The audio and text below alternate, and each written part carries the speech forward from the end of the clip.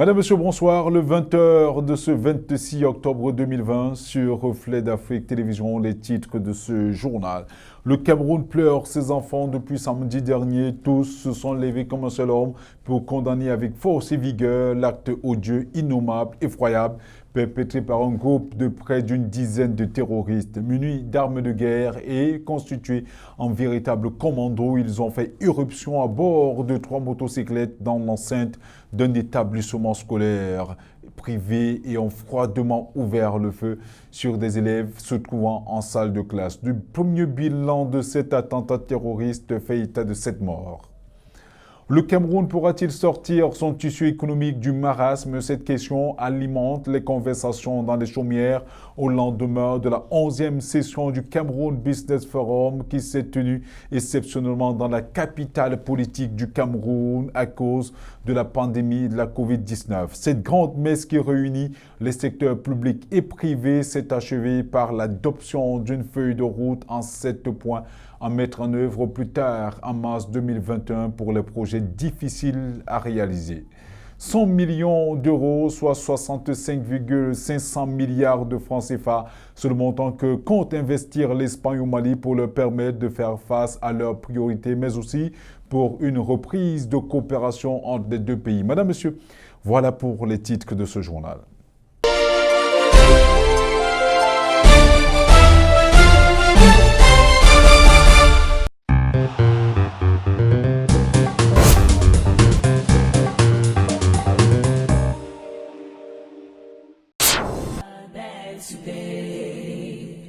My tomorrow must be greater than today.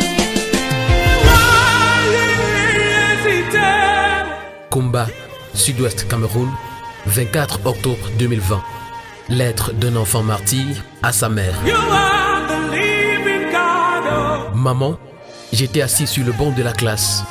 Mes amis près de moi, la peur loin de moi. Je regardais parler ce grand tableau noir, donc comme mes amis, j'étais en face. Ils sont entrés comme des chiens de chasse. Je pensais à tout, sauf à eux, car nous étions sur le sol de nos aïeux. Ils sont entrés, maman. Leurs âmes ont parlé, regarde sur les bancs. Ce ne sont plus juste des sacs et des cahiers, mais les parties de nos corps innocents qu'ils ont comme des morceaux de bois entaillés. Regarde le sol de ma classe, maman. Il est rempli et couvert par notre sang. Ce n'était ni lundi, ni mardi, ni mercredi, ni jeudi, ni même vendredi. Maman, ils ont attendu samedi pour les murs de ma classe franchir et partir horriblement avec ma vie. Sans qu'au revoir, je ne puisse te dire. Ma salle de classe était cet océan où je puisais de l'eau blanche sur un fond noir. Ils sont venus, ils ont fait d'elle ce néant où notre futur dans son bain rouge se noie.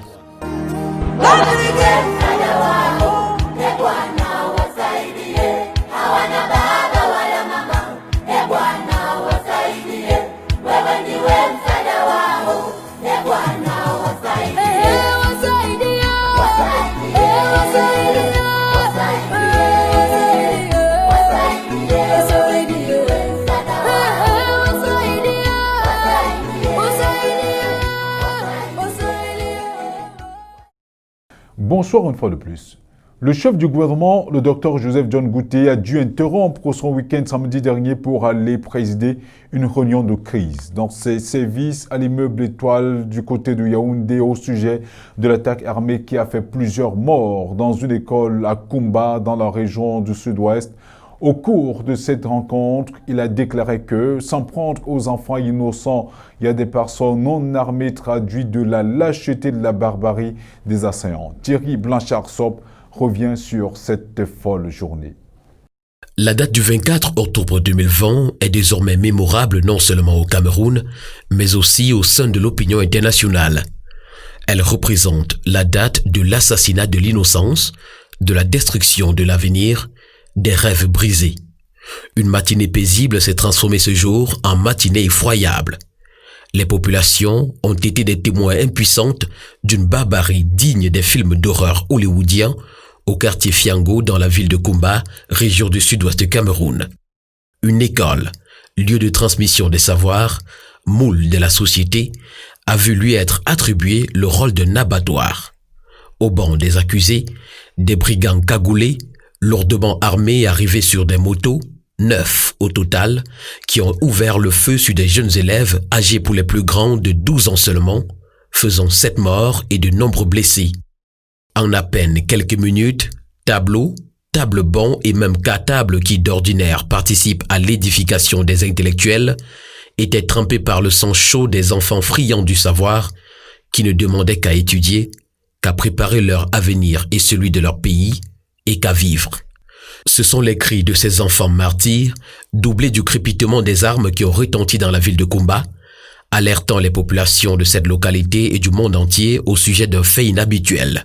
Oui, inhabituel parce que même en temps de guerre, les femmes, les enfants, les écoles, les hôpitaux sont épargnés.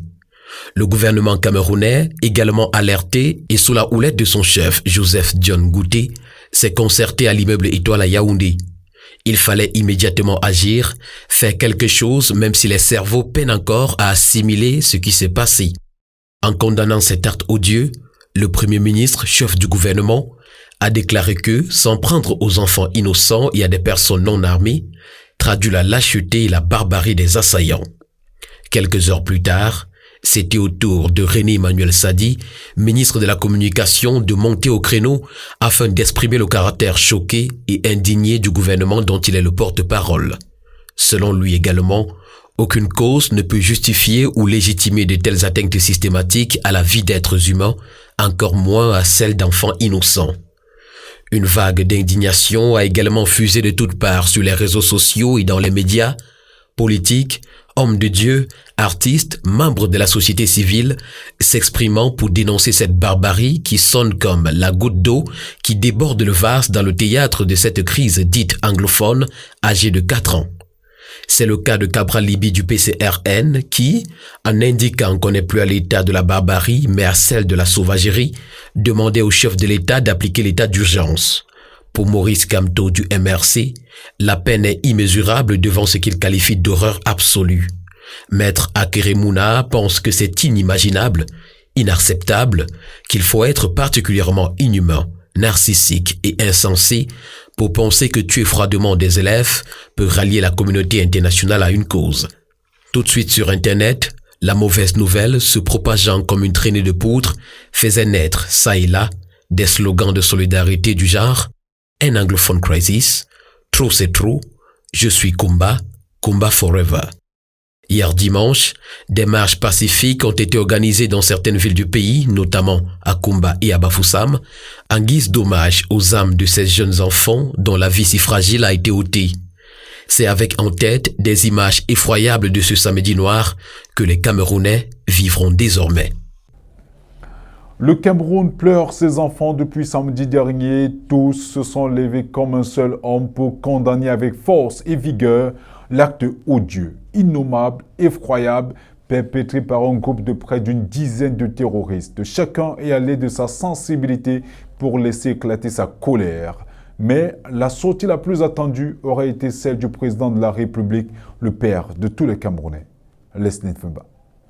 Une fois de plus, une fois de trop, l'ange de la mort a encore frappé dans la ville de Kumba. Cette fois, les victimes de cette cruauté sont les enfants tous âgés entre 9 et 13 ans.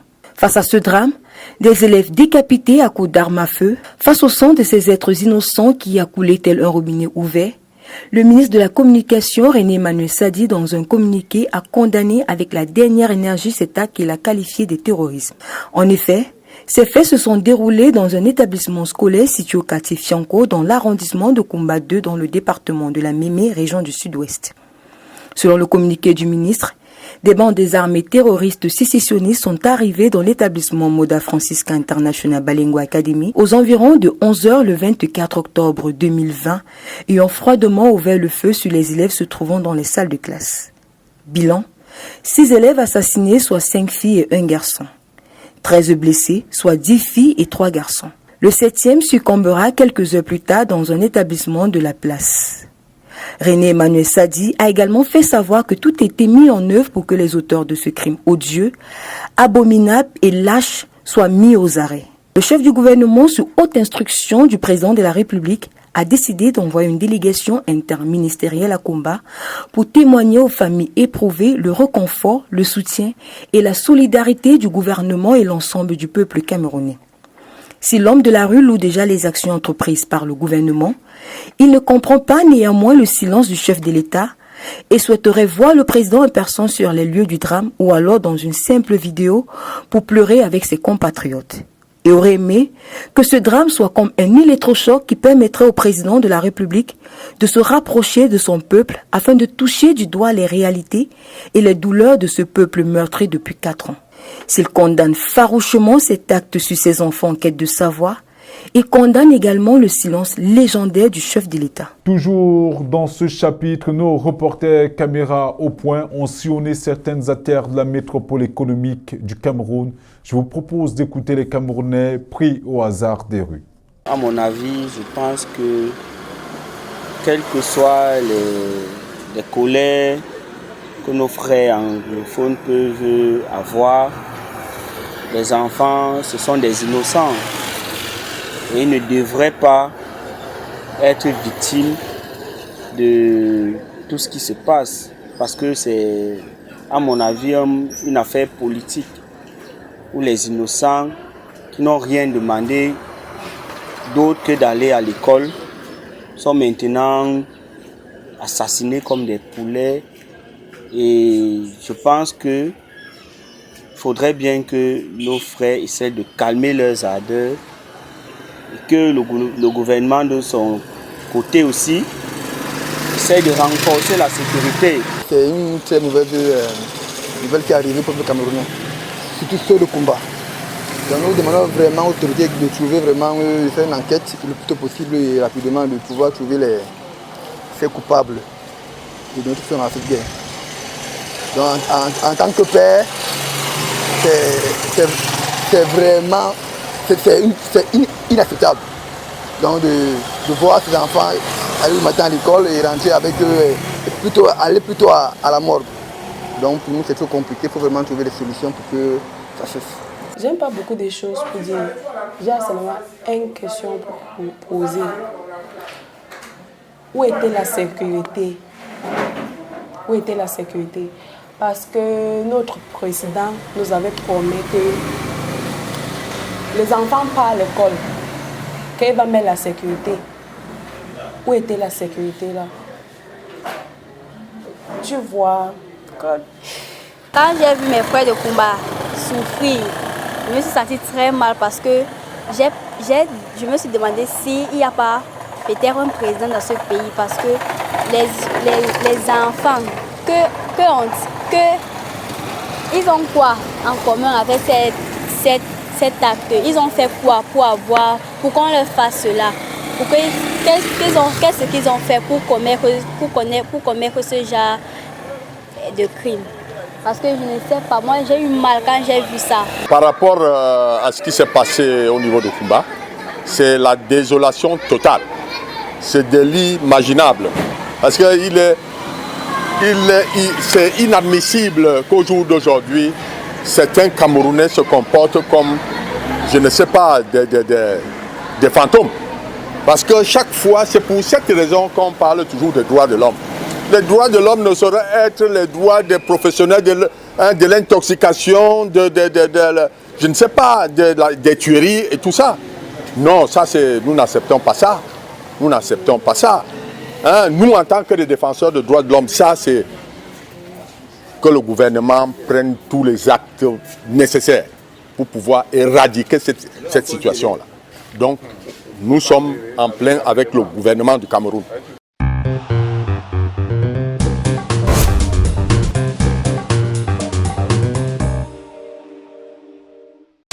Sur un autre chapitre, le Cameroun pourra-t-il sortir son tissu économique du marasme? Cette question alimente les conversations dans les chaumières au lendemain de la 11e session du Cameroun Business Forum qui s'est tenue exceptionnellement dans la capitale politique du Cameroun à cause de la pandémie de la Covid-19. Cette grande messe qui réunit les secteurs publics et privés s'est achevée par l'adoption d'une feuille de route en 7 points à mettre en œuvre au plus tard en mars 2021 pour les projets difficile à réaliser. Carole Nukwa nous en dit plus. L'économie camerounaise a dû faire preuve à beaucoup de résilience ces derniers mois. En raison de la pandémie de coronavirus, certaines entreprises camerounaises ont dû mettre la clé sous la porte et d'autres réduire le personnel pour pouvoir subsister. Pour sortir les entreprises camerounaises de ce marasme économique, il s'est tenu le 22 octobre dernier à Yaoundé la 11e session du Cameroun Business Forum sous le thème « Environnement des affaires à l'épreuve de la Covid-19 ». À la fin des travaux, 7 indicateurs de performance ont été retenus et inscrits dans la feuille de route du Cameroun Business Forum. C'est le plan d'action à mettre en œuvre sans délai jusqu'à décembre 2020 et mars 2021 pour le délai le plus long à relever pour améliorer considérablement le classement du Cameroun auprès des agences de notation internationales après cette pandémie de coronavirus. Au rang de ces recommandations, accorder une crédibilité aux documents en version électronique dans les procédures relatives au commerce transfrontalier. S'agissant des questions foncières, le ministère en charge des domaines du cadastre et des affaires foncières devra alléger le transfert de propriété. Dans le secteur de l'électricité, le ministère en charge ainsi que Eneo auront jusqu'en fin décembre 2020 pour réduire le temps d'attente pour un devis de branchement, déployer le Supervisory Control and Data Acquisition pour une gestion automatisée des coupures d'électricité et publier les statistiques SAIFI et SAIDI relatifs à la ville de Douala pour les années 2019-2020. Le ministère de l'Eau et de l'Énergie, en collaboration avec la Cameroun Water Utilities, devront réduire de manière considérable les délais d'obtention de la connexion en eau estimés actuellement à 50 jours. Pour ce qui est du ministère de l'Habitat et du Développement urbain, le ministre en charge aura jusqu'en mars 2021 pour consolider le guichet unique afin de lui permettre d'asseoir une véritable approche de point unique pour les demandeurs d'actes d'urbanisme. Augmenter la fréquence des réunions de la commission d'instruction des dossiers de permis de construire, faire respecter les délais de paiement des frais de permis de construire au moment du dépôt des dossiers, faire publier les statistiques sur le temps de traitement des demandes de permis et autoriser la demande en ligne du permis de construire. En plus de ces indicateurs de performance, la feuille de route du Doing Business 2020-2021 a identifié les responsables et les délais de mise en œuvre de réformes envisagées. Sur son compte Twitter, le Premier ministre, le Dr Joseph Diongouté, a invité le comité du Doing Business qui réunit les administrations publiques et privées à veiller à la réalisation des réformes, mais aussi à leur mise en œuvre jusqu'à leur vulgarisation. En rappel, le Cameroun Business Forum est une rencontre entre les membres du gouvernement, les responsables d'administration publique et les chefs d'entreprise. En raison de la Covid-19, le nombre de participants a été réduit à une cinquantaine. Une rencontre qui s'est tenue dans le strict respect des mesures barrières édictées dans la lutte contre le coronavirus. 4 morts et des écarts de comportement à caractère sexuel déplorés au 6e contingent camerounais du retour de la RCA. Le ministre délégué à la présidence de la République en charge de la défense a présidé vendredi dernier en fin de matinée à la cour d'honneur de la brigade du quartier général la cérémonie de restitution de l'étendard du 6e contingent camerounais de retour de la mission multidimensionnelle des Nations Unies pour la stabilisation en République centrafricaine. 4 de ses camarades ont trouvé la mort pendant les différentes opérations. Après avoir rendu hommage aux soldats tombés au champ d'honneur, le ministre délégué à la présidence de la République en charge de la défense a félicité ceux qui sont rentrés au bercail. Toutefois, il a révélé pour le déplorer les récriminations de l'ONU à l'endroit de certains soldats camerounais. Le ministre a ainsi dévoilé quelques écarts de comportement à caractère sexuel. Selon le MINDEF, les enquêtes sont en cours pour plus d'éclaircissements, mais le membre du gouvernement camerounais a promis punir de façon exemplaire les acteurs de ces actions. Réforme des finances publiques, le ministre des Finances sensibilise sur le compte public du Trésor. Le grand agentier national a rencontré vendredi 23 octobre 2020 à Yaoundé les chefs des exécutifs communaux, les responsables du ministère de la décentralisation et du développement local, les directeurs généraux des établissements et entreprises publiques, les autorités administratives et les opérateurs économiques. Les responsables locaux du ministère des Finances à Douala, la capitale économique, était aussi conviée à cette rencontre dont le but était de dissiper le voile de méfiance et de désaffection à l'endroit du compte unique du Trésor. 100 millions d'euros, soit 65,5 milliards de francs CFA, c'est le montant que compte investir l'Espagne au Mali pour leur permettre de faire face à leurs priorités, mais aussi pour une reprise de la coopération entre les deux pays. Reportage. C'est au cours d'une rencontre tenue le 24 octobre dernier entre la ministre des Affaires étrangères de l'Union européenne et de la coopération du Royaume d'Espagne, Arantxa González Laya, reçue en audience par le président Banda au palais de Koulouba, que l'annonce a été faite. À travers ce financement, la chef de la diplomatie espagnole est venue témoigner de la disponibilité de son pays à accompagner le Mali dans cette phase de transition, dans le but de relancer leur programme de coopération qui courait jusqu'en 2021, mais a été interrompu à cause du coup d'État d'août 2020. La ministre espagnole a annoncé d'autres mesures dans le démarrage d'un dialogue avec le gouvernement du Mali pour identifier les priorités pour les programmes de 2022-2025 et la reprise des coopérations entre les deux pays. Arantxa González Laya a laissé entendre que le plan d'accompagnement de la coopération espagnole 2022-2025 doit se placer sous le thème « Relance post-Covid ». Elle a par ailleurs indiqué qu'il serait important de concentrer les efforts sur la relance, la récupération, mais aussi la transformation des économies. Pour la diplomate espagnole, son voyage à Bamako est placé sous le signe de la confiance entre le gouvernement du Mali et les partenaires internationaux, dont l'Espagne. Une confiance que l'Espagne a voulu témoigner en venant au Mali, sachant qu'il reste du chemin à faire avec ce gouvernement de transition. Élections législatives en Égypte. Les bureaux de vote ont ouvert samedi en Égypte pour les élections législatives. La Chambre basse du Parlement égyptien, composée de près de 600 législateurs, est l'organe de contrôle de la politique du président Abdel Fattah el-Sisi. Le vote du Parlement est le deuxième à se tenir depuis le début de la pandémie de la Covid-19. En outre, l'Égypte a organisé un vote pour 200 des 300 sièges du Sénat dans l'exercice marqué par une faible participation, soit 14%. Tanzanie, c'est le trouble dans ce pays à quelques jours des élections générales. L'opposition dénonce des fraudes en amont à quelques jours de ces élections prévues le 28 octobre 2020 et demande des explications à la commission électorale. Régine Linda Ngobitek nous en dit plus. Dans 2 jours, les Tanzaniens éliront leur président, députés et conseillers locaux après 5 ans de présidence de John Magufuli. Cependant, depuis vendredi dernier, les candidats à l'opposition Freeman Mbowe et Zitto Kabwe ont dénoncé sur leur compte Twitter les fraudes d'avant-élection. Freeman Mbowe, président du principal parti tanzanien Chadema, a écrit « Il y a une manipulation massive du registre biométrique des électeurs, des millions d'électeurs fantômes et de bureaux de vote fantômes. Certains électeurs légitimes ont été déplacés ou ont disparu. » Zitto Kabwe, quant à lui, dirigeant d'ACT Wazalendo, un autre parti de l'opposition, déclare sur son compte Twitter « Dans ma circonscription, quelques 13 830 électeurs fantômes ont été ajoutés sur la liste.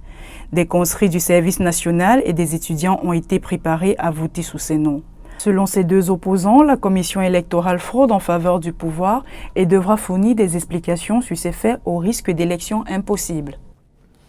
En sport football, préparatif de la CHAN, la dernière mission d'inspection de la CAF annoncée du côté de Yaoundé, une délégation de la Confédération africaine de football conduite par le Congolais Constant Omari, deuxième vice-président de l'instance fêtière, est attendue au Cameroun à partir de demain, 27 octobre. Il s'agit de la dernière visite d'inspection de la CAF avant le prochain CHAN prévu du 16